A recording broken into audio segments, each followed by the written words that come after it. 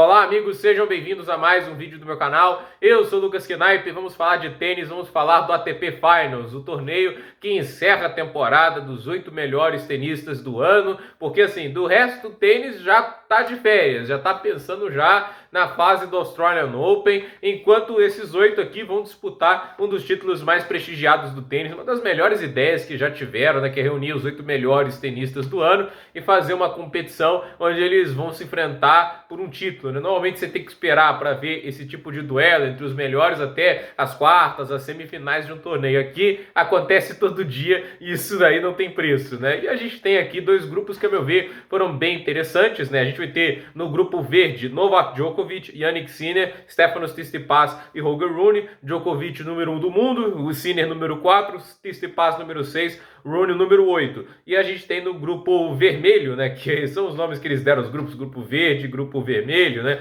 Acho que é para não falar grupo A e grupo B para não gerar polêmicas, né? Aí eles têm o Carlos Alcaraz, Daniil Medvedev, Andrei Rublev e Alexander Zverev. Então, assim, esses são os grupos. Vamos lembrar que o ATP Finals funciona assim: os dois melhores de cada grupo avançam, o primeiro colocado de um grupo enfrenta o segundo do outro, aí você tem as semifinais, né? É assim que se monta as semifinais, a final e pronto. Mas aí a gente tem a pontuação do ATP Finals, né? Como é que ela funciona? Acho que muita gente deve se perguntar, porque o torneio em si pode dar 1.500 pontos, que é mais que o Masters 1000, evidentemente, mas é menos que um Grand Slam que lhe dá 2.000 pontos. E assim, você ganhando jogos na fase de grupos, cada vitória na fase de grupos vale 200 pontos. Uma vitória nas semifinais vale 400 pontos. E a vitória na decisão do título vale 500. Pelo menos acho que é assim que funciona a divisão dos pontos no ATP Finals. Mas isso aí a gente cabe revisão. Se eu estiver errado, vocês me corrijam, né? E assim, lembrando, são os 8 melhores da temporada, tá? Às vezes, né? Não foi o caso desse ano, por exemplo, mas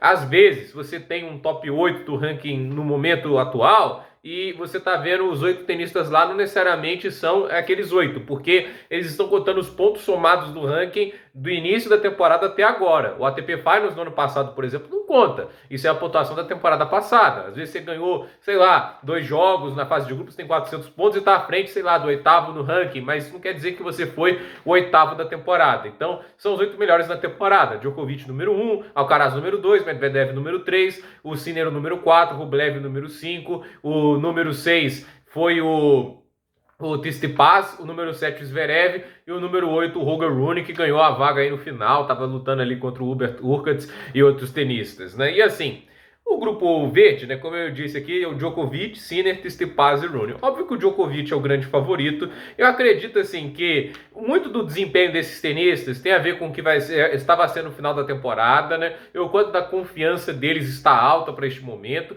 E é claro também o quanto essa semana de descanso pode impactar. O Djokovic foi campeão do Masters 1000 de Paris, acho que ele dispensa apresentações, e teve essa semana basicamente para descansar e se recuperar para a ATP Finals. Para um jogador como ele, acho que é o suficiente, né? E a gente tem, por exemplo, o Sinner. O Sinner desistiu de Paris por causa do cansaço e pensando, obviamente, aqui em Turim, no ATP Finals, né? O Tsitsipas, por exemplo, foi até as semifinais, teve duelos longos, mas não acho que vai ser o problema muito grande, né? O Rune também não. Então, eu vejo assim que esses tenistas, inclusive, tanto o Rune e o Tsitsipas, deram uma melhorada no tênis dele nesse torneio em Paris, jogaram melhor. Pode ser mais difíceis de se derrotar do que a gente espera, mas os dois favoritos tendem a ser Djokovic e Jannik Sinner, até pelo que jogaram na temporada, e o Sinner fez um final de ano muito bom, inclusive ganhando 2 títulos de ATP 500, derrotando um cara que estava acostumado a vencer dele, que é o Daniil Medvedev em ambas, né? Venceu a final de Pequim 2 tie-breaks, né? Um jogo duro, e um jogo mais duro ainda em Viena, mais de 3 horas de duração, mas de novo vencendo o russo, né?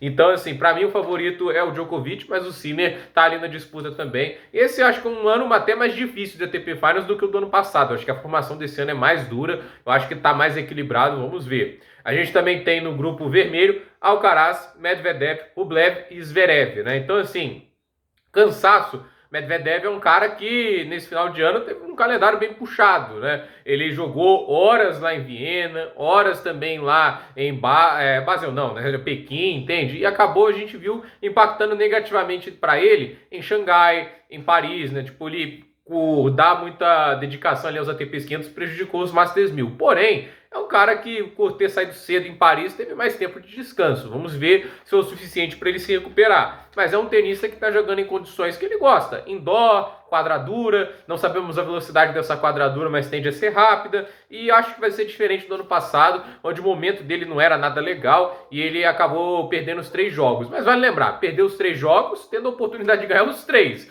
Ele teve a oportunidade de ganhar do Djokovic, sacou pro jogo, não aproveitou, a mesma coisa com o Tsitsipas. O Rublev foi um pouquinho mais diferente, mas foi tie-break do último set. Perdeu os 3 jogos no tie-break do último set, é uma grande crueldade. O Alcaraz é uma grande incógnita, tá, gente? Apesar de ter sido um dos melhores tenistas do ano, ter jogado no grande tênis, campeão de Wimbledon, 2 Masters 1000 no currículo esse ano, ele é um cara que jogou muito mal em Paris. Porque assim, o Medvedev foi mais cansaço do que qualquer outra coisa. Tênis jogado, ele até jogou contra o Dimitrov. Agora, a derrota pro Saufilin foi muito ruim. Eu acho que, dependendo de contra quem ele estreia, talvez o Alcaraz surpreenda um pouco negativamente e vá ganhando ritmo com o passar do torneio. Mas esse final de ano não foi tão legal para o Alcaraz, né? Ele acabou eliminado nas semifinais lá em Pequim para o Sinner, não foi bem aí em Paris, né? E acabou ali em Xangai também perdendo para o Dimitrov. É aquela história, né? Não é um tenista que está talvez no auge da confiança, mas ele pode acabar se recuperando. E o Rublev estava jogando o melhor tênis de sua carreira, a meu ver. É um cara muito perigoso, e se ano passado já ganhou do Medvedev, esse ano também é um perigo. Eu acho que é um cara que, por exemplo, contra o Alcaraz, pode machucar bastante, porque ele está usando muito bem as paralelas. Agora, o Zverev, né? Eu ouso dizer, eu acho que é o tenista mais fraco dos 8 pelo momento. Não estou falando nem pelo tênis jogado, né? O auge do Zverev a gente sabe que é um tenista que já ganhou vários Masters 1000, já tem final de Grand Slam, tem campanhas sólidas em vários lugares, já ganhou ATP Finals, inclusive, acho que até mais de uma vez, né? Posso estar comentando aqui algum equívoco, mas, cara, o nível de tênis dele esse ano, acho que a temporada dele ter caminhado para um ATP Finals já mostra que é um sucesso pelo que ele viu do ano passado, né? Ele sofreu uma lesão gravíssima na questão de ligamento lá em Roland Garros contra o Nadal, e ele ter se recuperado para 7 do mundo foi uma surpresa enorme. E assim, ele tá no ATP Finals é muito bom, mas o quanto que ele vai jogar de tênis no ATP Finals, isso para mim que é a grande dúvida. É um tenista que, assim, quando tem chegado um desafio maior nessa temporada, nem sempre está à altura do desafio. Apesar, por exemplo, de ter tido uma vitória fantástica contra o Jannik Sinner no US Open. Ele tem tênis, mas vai apresentar? Eu acho, e também tem uma vitória contra o Medvedev lá em Cincinnati. Mas foi uma partida bem fraca do Daniil Medvedev. Eu fiquei bem decepcionado com o russo naquela apresentação. Então, a ver como cada tenista vai se apresentar. Eu acho que nesse grupo vermelho, para mim, o favoritismo tende a ir para os russos por causa de momento. Posso queimar minha língua aqui, o Alcaraz vai ganhar as 3.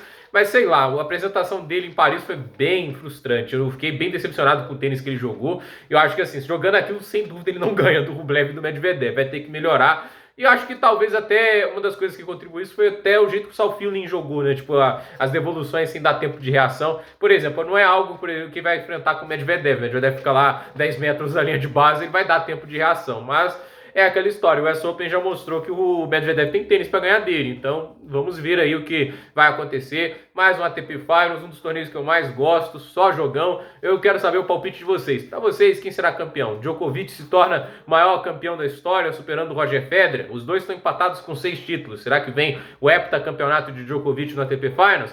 Medvedev finalmente conquista um bicampeonato? Zverev, se realmente fez certo sobre ter ganhado 2 vezes, ele vai para um tricampeonato? O Tsitsipas vai para um bi? O Rublev ganha pela primeira vez? O Alcaraz? O Sinner? O Rune? Quero saber a opinião de vocês. Então, gente, por esse vídeo é isso. Durma nos comentários, deixe seu like, se inscreva no canal, compartilhe este vídeo e até o próximo vídeo.